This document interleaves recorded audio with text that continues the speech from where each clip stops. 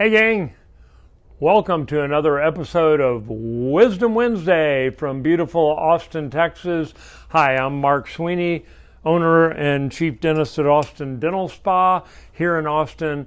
As you know, if you've tuned into other versions of Wisdom Wednesday, we always have kind of a scientific or dental related topic and then in with a health tip. And we always have a motto every month or a theme. The theme for the month of May is time to shine, because the sun is shining, the world is starting to shine, and we want you and your life to shine. So we're giving little tips and tricks every week to kind of help you bring out the shine in your life. And today and in this week is no exception, because we've got a really cool topic. We kind of touched on a similar study not long ago, but this one came out from Australia recently and ran through the British medical hierarchy before it hit the waves.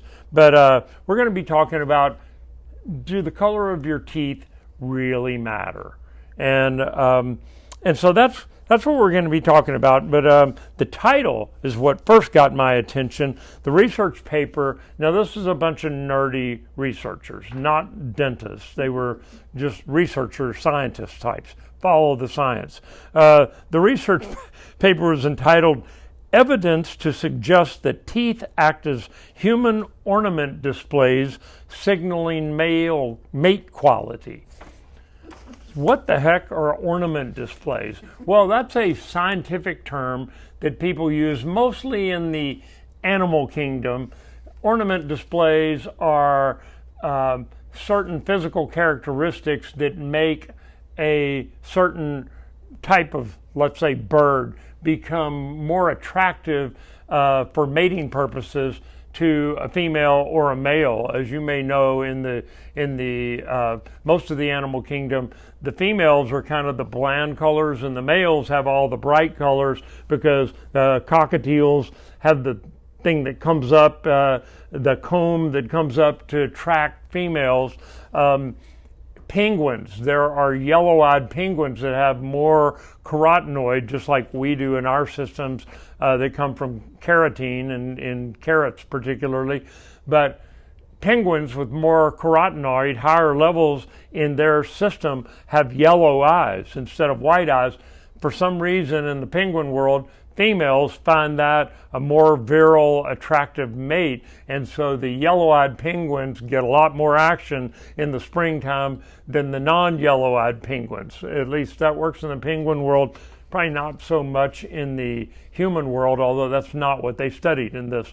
But anyway, that's what the ornamental displays mean. It is a way in the animal kingdom, including the human species, to decide whether someone is an attractive mate to reproduce with.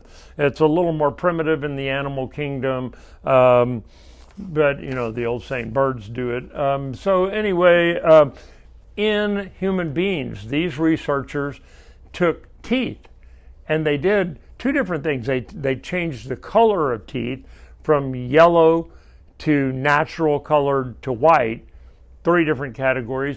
And then they took imagings of teeth, just like we do when we're talking about doing some cosmetic dentistry, and they put a perfectly normal smile in those 3 colors, in yellow, normal, and then really white. And then they took crowded teeth that were too big for the mouth, so they were all crowded together. And then they did just the opposite. They put extra spacing. I actually have a small sample of what they showed. Here's a male and a female with 2 crowded teeth, normal teeth, and then big spaces between their teeth.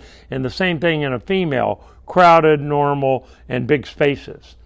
And then they showed them to 75 males and 75 females that were all between the ages of 20 and 22, which I found significant as well, because they're in the so-called, reproductive stage of life. They're the ones that are supposed to propagate the species. So they kind of threw that in, that if you showed it to 60-year-olds, they assumed that they'd probably think about it a little differently. So anyway, they showed 150, 75 male and 75 female subjects, these 6 photos that you just saw. And it's pretty interesting, the results. Now the males, predictable as we are, the males didn't really care about the crowded teeth and didn't really care about the normal teeth and didn't really seem to care that much whether they were white or yellow. But when it got over to the category where they got big spaces between their teeth, 100% of the males said, nah, that doesn't look attractive to me. I wouldn't. Now, again, these are 21, 22-year-old males in Australia. But they noticed they were distinctly not attracted to the ones with the big spaces between their teeth. Every orthodontist listening to this is going to be really excited about this idea. Now, what I thought was really interesting, but otherwise the males said, crowded teeth, normal teeth, yellow, white, not really that much of a difference. Although in the crowded teeth, they did slightly prefer the whiter teeth to the yellow teeth. Now, in the females, this is where it gets interesting. Definitely in the females, they saw a difference looking at the males. They didn't seem to be bothered by the crowded teeth, although there was a difference significantly between normal teeth and crowded teeth. A little bit of difference between the whiter over the yellower. The ones with the big spaces, universally rejected. They said, no, not good mating material. Too many orthodontists involved, maybe even an oral surgeon. Now, what I really thought was not hilarious, but interesting to say the least, the females were brutal against the other females. They noticed a difference between all 3 categories. They really thought the least attractive, like the males, were the ones with the spacing in between their teeth that were yellow. The ones with the crowded teeth, they also didn't like, but they liked them better than the ones with the spacing in between their teeth. And then they universally liked the ones with normal teeth, whether yellow or white, but they definitely preferred the women that had straight teeth and whiter teeth. And so the researchers drew the conclusion that females, since they kind of decide who's going to mate with them, especially in the human world, think about it. Lipstick has been around since the Renaissance era because it makes darker teeth look white. It accentuates the mouth, and believe it or not, one of the first things humans do when they see somebody that they're attracted to or want to be attracted to them, we smile. We show those teeth off. And so even down in Australia, down under, these people that noticed a difference, and the men were completely different than the females. The females notice this sort of stuff just innately. So what does that mean for you? Does it mean that whiter teeth are more attractive?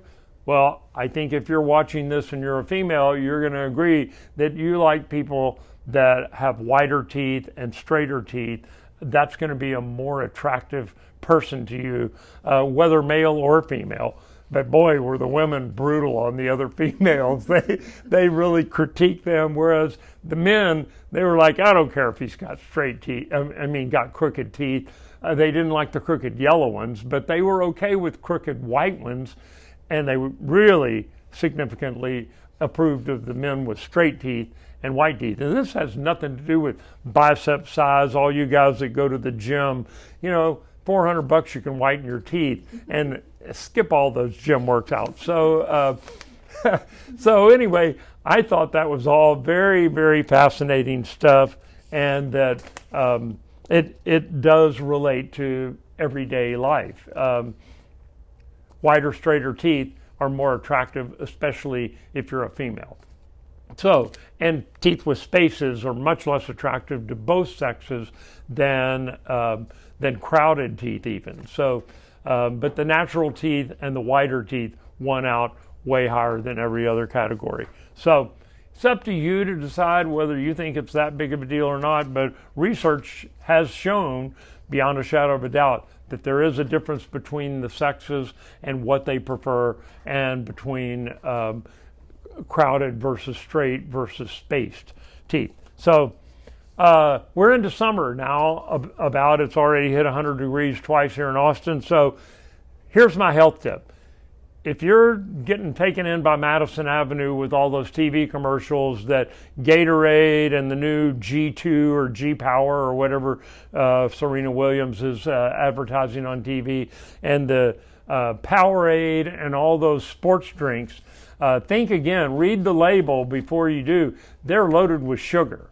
And in addition to all the things that they do have that help, but they'll also help me as a dentist if you drink that stuff.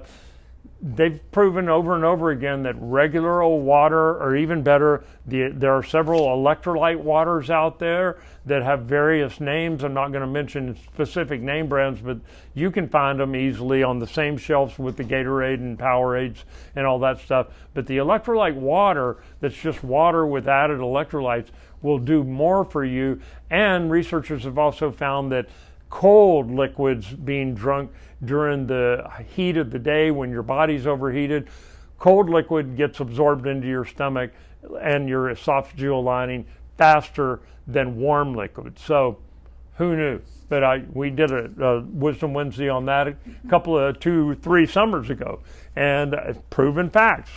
So if you're feeling dehydrated, stay hydrated. Try the cold electrolyte water and see what it does for you. And stay healthy and safe out there. Stay cool. And I'll see you next week for another version of Wisdom Wednesday.